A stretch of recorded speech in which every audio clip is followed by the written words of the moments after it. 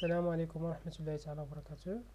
Bonsoir chers élèves. Alors voilà, j'ai déjà envoyé un TD concernant le module transmettre la puissance avec modification de vitesse et plus précisément sans transformation de mouvement. Alors ici, on va avoir plusieurs notions, soit une notion des embrayages, notion des comment dirais-je, les réducteurs à base d'engrenage, les embrayages, les accouplements. On va voir un exercice de dessin et plus précisément un autre exercice de de friction. Alors, c'est-à-dire, une situation qui rassemble normalement le premier module sans modification de vitesse et avec modification de vitesse, c'est-à-dire le deuxième module. Alors, on commence. Bismillah. Alors d'abord, ici le système c'est quoi? C'est un moteur réducteur à embrayage frein. Voilà. Alors ça c'est un moteur réducteur à embrayage frein. Alors le dessin d'ensemble, voilà, je vais pivoter pour qu'il soit lisible. Alors pour la compréhension du dessin d'ensemble, c'est simple. Il faut commencer normalement par chercher où il y a source d'énergie. Alors plus précisément, on a quoi ici? Alors ici, ça c'est l'arbre moteur. Ok, on a ici un arbre moteur. Ok, et à la fin, on a un système polycourroie. Le voilà ici. Alors on a ici deux rangées, c'est bien lisible. Et la forme du courroie c'est trapézoïdal. On peut dire que le nom ou bien la désignation du système polycourroie ici, c'est quoi? C'est normalement un système polycourroie ou bien courroie trapézoïdale à deux rangées. Ok, alors comment on a transmis quoi, la puissance de l'entrée, c'est-à-dire l'arbre moteur, vers la sortie qui est normalement la poulie motrice numéro 20. Le voilà. Alors on a passé par un système réducteur, voilà, qui se base à l'aide du système engrenage. Ok, on a pignon menante, redonté mené, ainsi de suite. Ok, voilà, et après on a réalisé quoi? On a réalisé un système de section carrée. On va voir pourquoi section carrée ici dans les exercices, on va le répondre. Ensuite, on a ici un arbre cannelé qui est encastré avec la poulie, mais on a présenté ici un système embrayage fin, le voilà. Alors, le numéro 14, c'est un électroaimant. Voilà, alors lorsque je vais alimenter en énergie électrique ou bien commander l'électroaimant, je vais pousser quoi?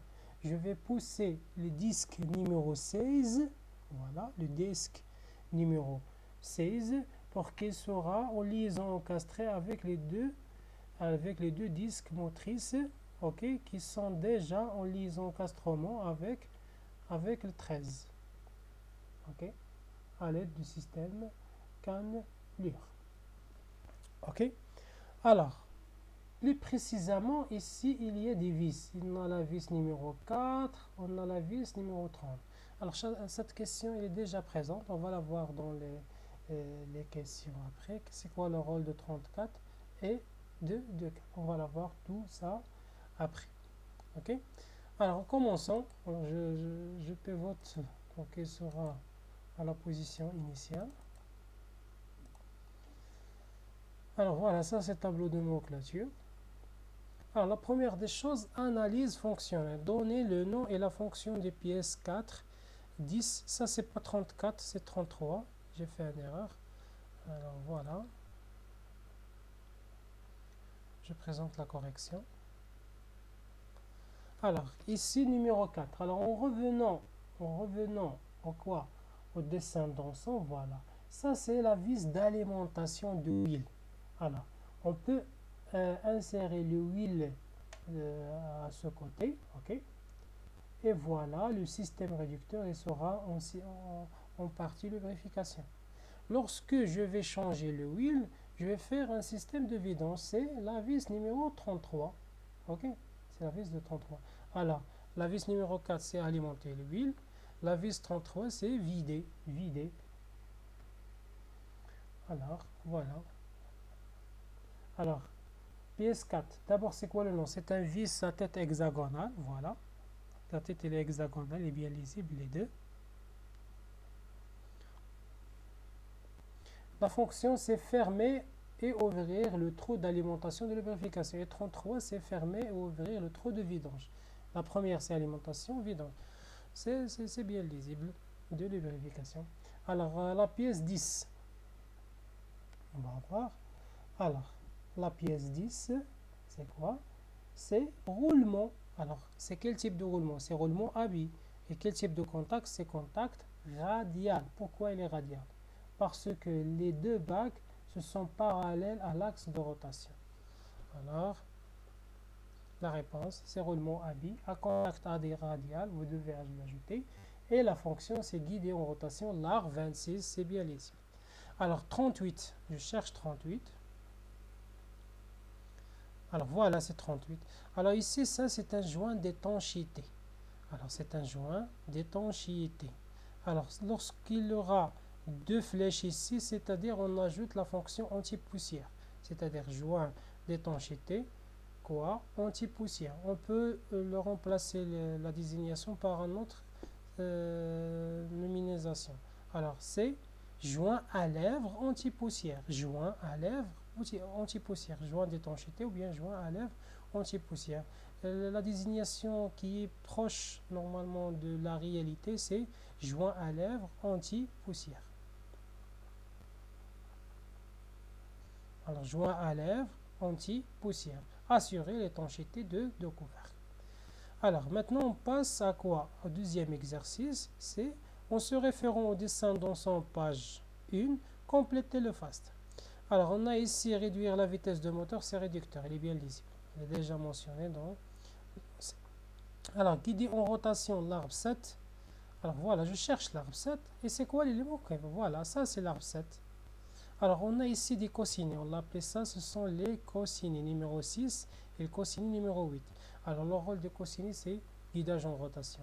Et lorsqu'il y aura ces deux oreilles, bien l'oreille ici, on va l'appeler ces cosinus à colorette. Alors, on a deux types.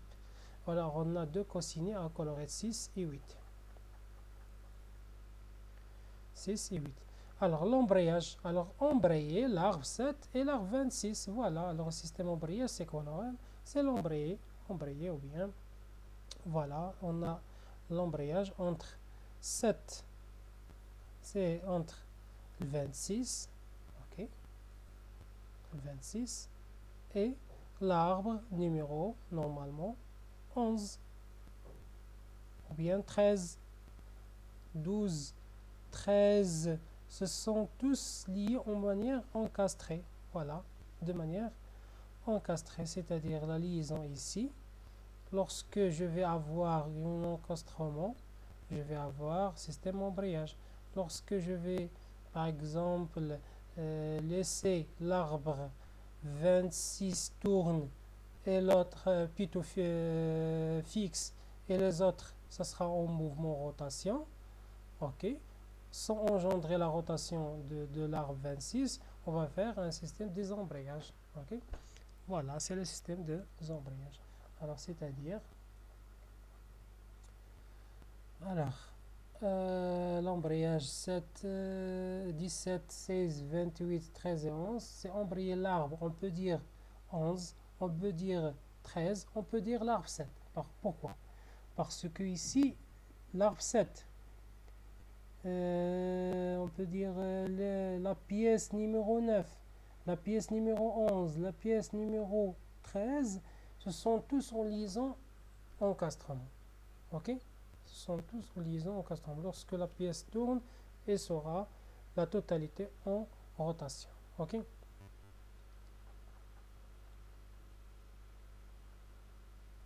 Alors, assurer le retour en position débrayée, c'est le ressort numéro 2. Toujours le retour de la position initiale, c'est le ressort. Voilà. Voilà, ça, c'est le ressort numéro 2. Alors, commander l'embrayage, électroaimant, c'est bien lisible. Alors, disque à garniture 16 et 28. Assurer le contact entre le plateau 13 et 17. Alors, le plateau 13 et 17. Alors, on a le plateau 17, voilà. Et on a le plateau 13, c'est là-bas. Alors, ces disques, il assure le contact lorsqu'on veut. C'est-à-dire, lorsqu'on veut assurer le contact on va alimenter l'électroaimant. Lorsqu'on alimente l'électroaimant, il va pousser la totalité des disques et des garnitures en liaison, encastrement, ce qui engendre quoi? La rotation, on vient transmettre la rotation de 7 vers 9, vers 11, vers 13, les disques vers 17 et après 17 vers l'arbre 26 et on aura la rotation transmise à la poulie numéro 20. Alors, freinage, c'est freiner la rotation de l'arbre 26. Alors, le ressort, c'est assurer l'auto-remposition débrayée. Voilà, là, on revient à l'état initial. Commander le frein, c'est éteindre l'électroaimant. Voilà, c'est bien lisible. Lorsqu'on éteint l'électroaimant, le système, il n'y a pas une force pour assurer le contact entre les garnitures et les disques, ce qui provoque quoi? La séparation de contact entre 17 et 13, ce qui engendre quoi? L'arrêt ou bien non transmission de puissance vers l'arbre 26 et après le ressort, il va pousser quoi? Il va pousser le 17 qui sera en contact avec une pièce fixe qui est cette pièce, ok? Et après, c'est la pièce 18, c'est-à-dire le couvercle. Et après, lorsque quelque chose qui est en amortissement avec quelque chose fixe, on aura quoi? Le freinage de l'arbre 26.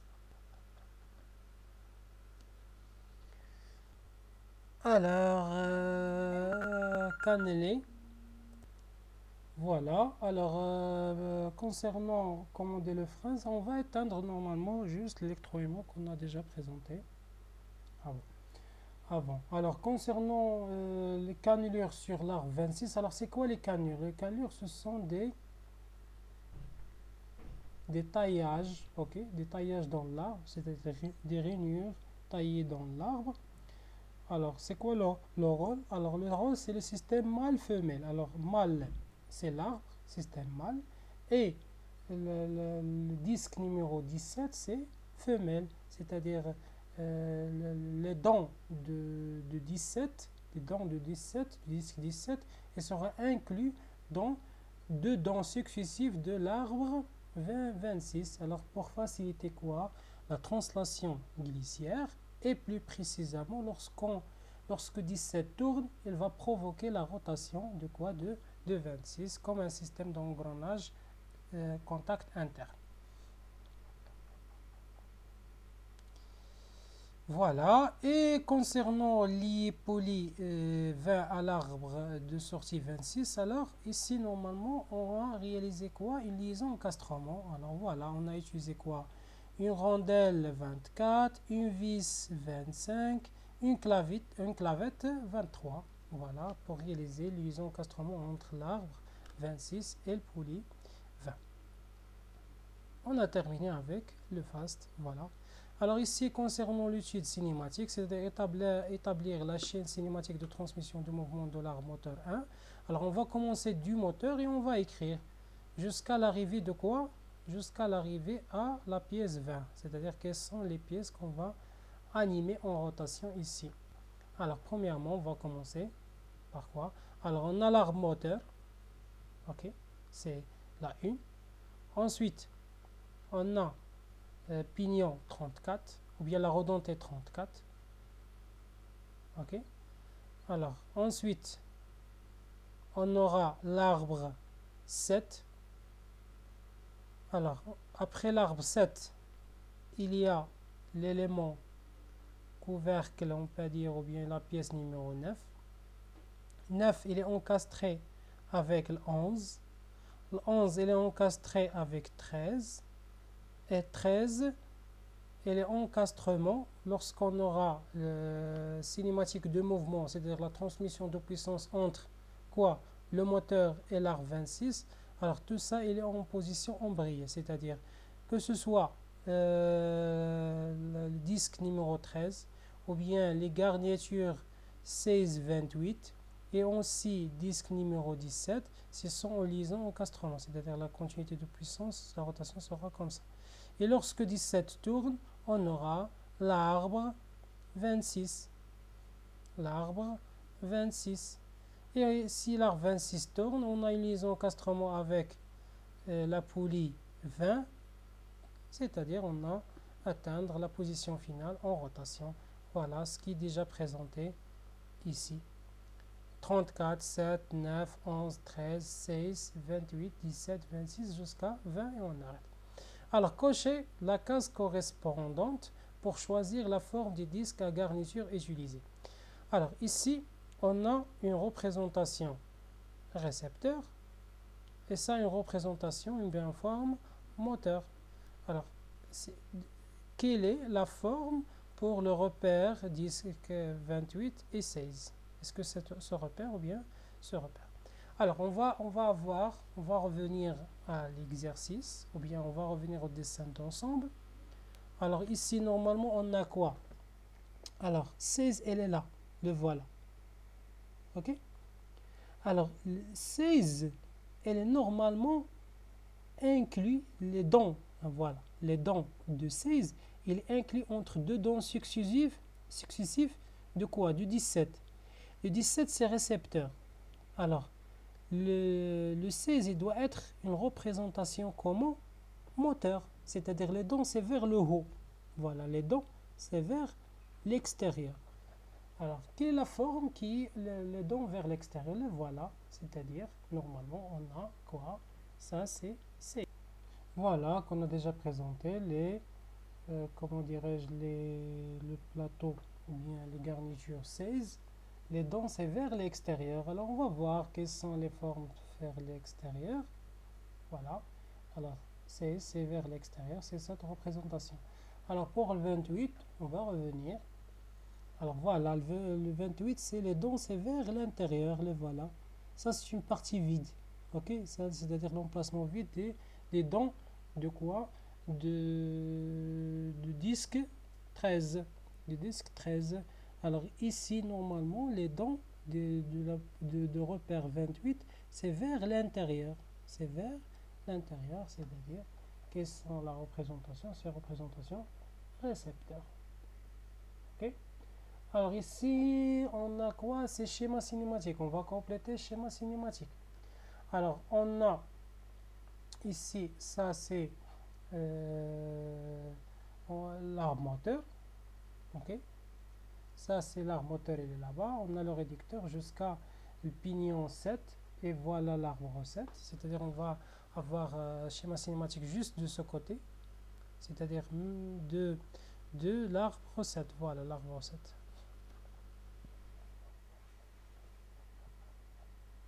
L'arbre 7. Alors ici, normalement, on a les éléments 9, 11, 13. 9, 11, 13. Alors, c'est quoi la liaison entre 9, 11, 13 et 7? 9, 11, 13 et 7. Alors, c'est section carrée. C'est la section carrée. Alors, revenons à dessin d'ensemble. Ça, c'est la section carrée. Alors, 7 et 9, 11 et 13. Voilà. Alors, la liaison, ça, c'est une section carrée. C'est quoi une section carrée? Alors, je vais vous montrer dans une application. Voilà, en attendant. Alors, voilà. Alors, c'est quoi section carrée? Voilà. Alors, je présente ici la pièce, le bout de l'arbre numéro 7. Ça, c'est 7. Et voilà section carrée. Ça, c'est la section carrée. Alors, c'est quoi cette section? C'est ici. Voilà. Ça, c'est une section carrée. Alors, la pièce 9. Maintenant, la pièce 9. Alors, concernant la pièce 9, c'est la même représentation. Alors, je vais la présenter ici. Ça, c'est la pièce 9. J'exagère. C'est pas normalement du forme rectangulaire, mais j'exagère. Alors, ce qui est intéressant pour moi, c'est que il y a un trou, comment dirais-je, un trou de section carré. C'est la même forme de la pièce 7. Lorsque je vais insérer la pièce 7 dans la pièce numéro 9, lorsqu'on aura la rotation de 7, automatiquement on aura la rotation de 9. Mais ce n'est pas l'isencastrement, on peut avoir des glissements. Voilà, va-et-vient, des glissements dans le trou. Alors c'est ça le principe. C'est pour cette raison qu'on a mis ici quoi, liaison glissière. Maintenant, l'élément disque numéro 16, il est en liaison comment, glissière par rapport à 13. Glissière par rapport à 13. Parce que lorsque je vais normalement actionner l'électroaimant, il va pousser 17 pour qu'il sera en contact, tous les disques ici en contact pour avoir la position embrayée. On aura la rotation automatique de l'arc 20-26. Ok, c'est pour cette raison c'est qui est en liaison glissière. Aussi ça c'est glissière, c'est la même chose. Et pour le plateau numéro 17, il est aussi en liaison glissière avec l'arc 26 à l'aide du système cannelure. Voilà, ça sont les cannelures. Ça c'est disque 17, il est en position, comment dirais-je, glissière.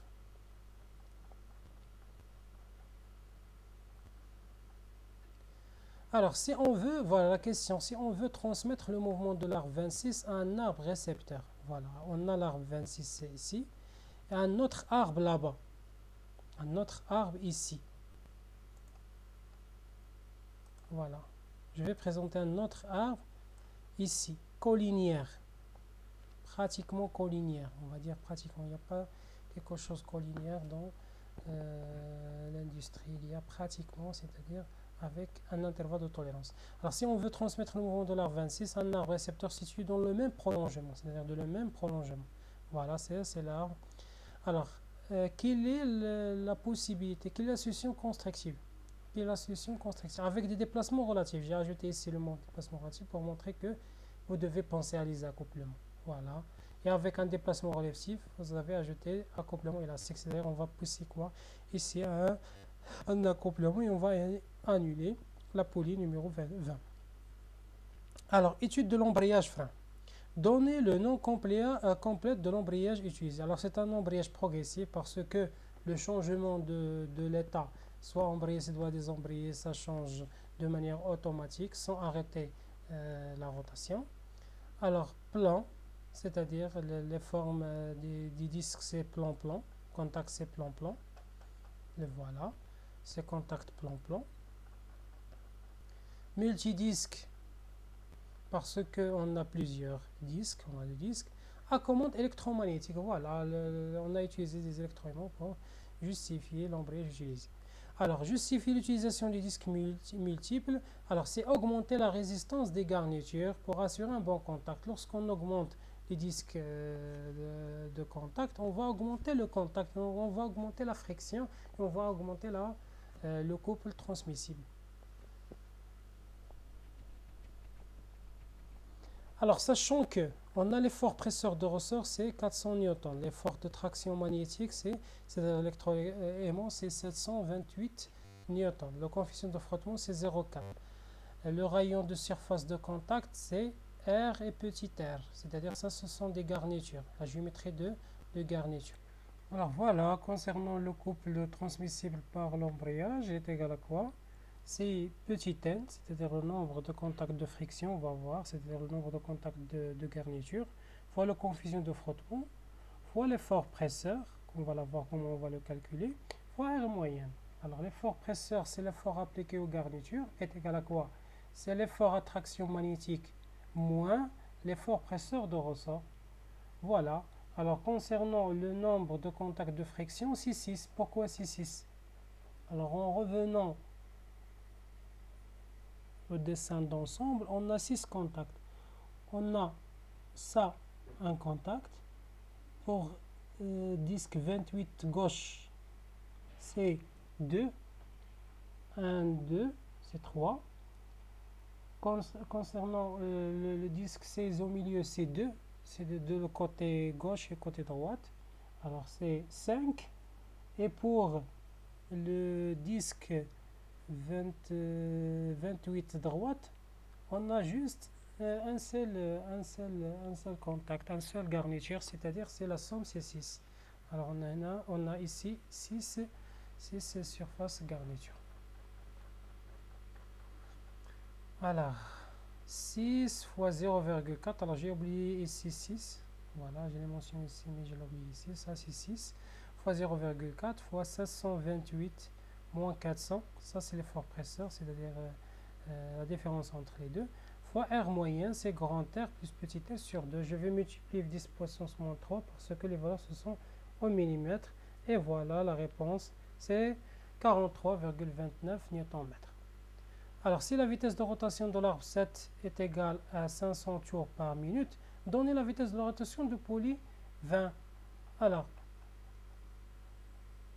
6, voilà, je vais le mentionner juste dans le schéma cinématique. Si 7 tourne par 700 tours par minute, alors 26, il va tourner avec, ou bien 20, il va tourner avec 500 tours par minute dans le calendrier, parce qu'il n'y a pas un réducteur ici, il y a tout en lisant normalement embrayé, c'est-à-dire la vitesse de rotation de 7, c'est la vitesse de rotation de 20 ou bien de 26. Alors c'est 500 tours par minute. Si le cas c'est freiné, c'est-à-dire je freine la rotation ici, il n'y a pas un embrayage, c'est-à-dire c'est 0. Alors calcule la puissance transmise par cet embrayage. Voilà. Alors P est égal à quoi? C'est C fois oméga. Alors, C est égal à quoi? C'est pas 14 ici. Voilà, alors ici c'est pas 14, c'est 34,28. Alors je vais le faire ici. Alors j'efface. Alors on a quoi? On a la puissance est égale à C fois oméga. Ok. Le couple qu'on a trouvé, c'est combien? C'est 34,29. Alors c'est 34,29 fois 2pi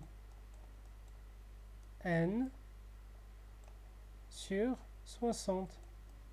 Alors ça c'est pour 20. Alors ça c'est n20.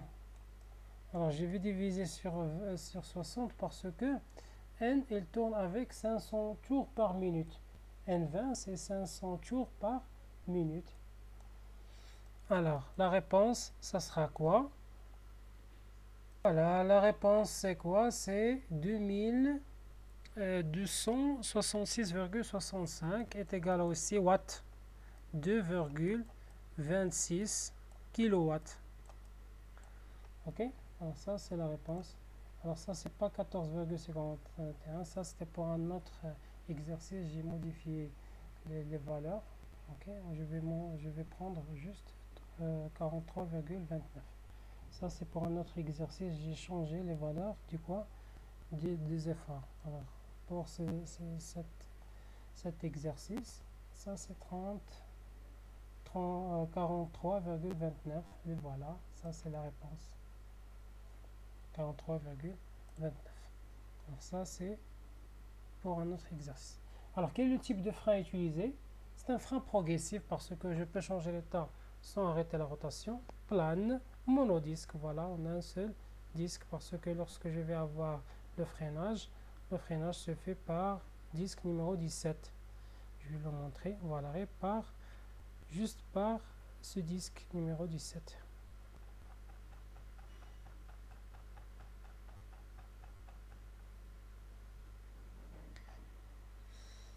Ok. Alors, donnez deux autres types de freins, frein à tambour et frein à sangle. Voilà, vous aurez dans le cours plusieurs types de freins. Frein à étrier, frein à disque, voilà, ce qui est déjà présenté au premier. Et frein à tambour et frein à sangle. Alors, étude de la liaison encastrement AR26 poly 20. Alors, donnez le nom de la courroie 21. On a déjà présenté. Hein. Ça, c'est un courroie trapézoïdale classique à deux rangées. On a ici deux rangées.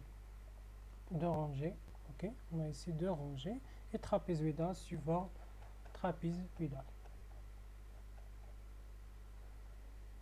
Voilà. Citer quelques avantages de ce type de courroie. Alors voilà, puissance transmissible élevée, forte adhérence entre courroie et poli. Pardon. Alors, on désire modifier la solution précédente par l'utilisation des composants normalisés. Alors, voilà les composants normalisés. Station Delgrauer, écrou hexagonal H, clavette parallèle. Alors, voilà la solution. Okay. Dans l'énoncé, on a quoi? Voilà l'énoncé. Vous devez utiliser ces solutions, ces ensemble. Voilà, ça c'est la solution. Ok, on va ajouter ces pièces. La correction, c'est ça, clavette.